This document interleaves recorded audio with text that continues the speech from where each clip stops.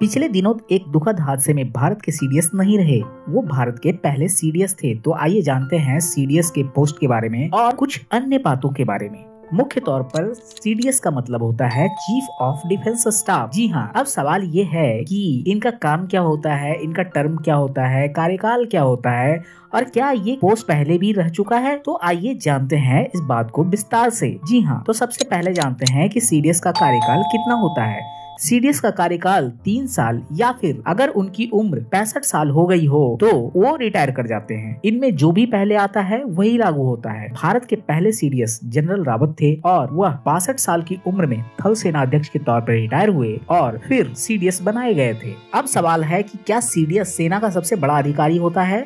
तो जवाब है कि हाँ, चीफ ऑफ डिफेंस स्टाफ सेना का सबसे बड़ा अधिकारी होता है। वह 4 स्टार अधिकारी होता है और सेना के जिस अंग से ताल्लुक रखता है, यानी कि थल सेना, जल सेना या वायु सेना, वही वर्दी पहनते हैं और उनके एम्बलम में सोने के धागे से अशोक चक्र के साथ सेना के तीनों अंगों के प्रतीक चिन्ह बने होते हैं। चीफ ऑफ डिफेंस स्टाफ इन चिन्हों का इस्तेमाल करते हैं।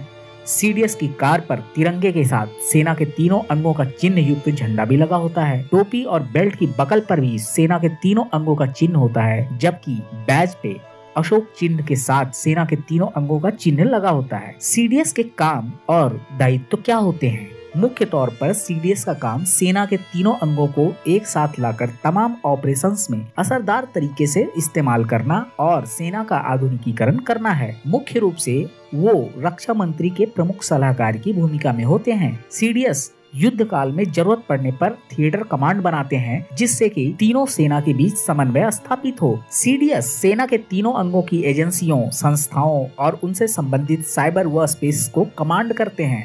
सीडीएस डिफेंस एग्जीबिशन काउंसिल और डिफेंस प्लानिंग कमेटी के मेंबर होते हैं। वो न्यूक्लियर कमांड अथॉरिटी में भी सैन्य सलाहकार की तरह काम करते हैं।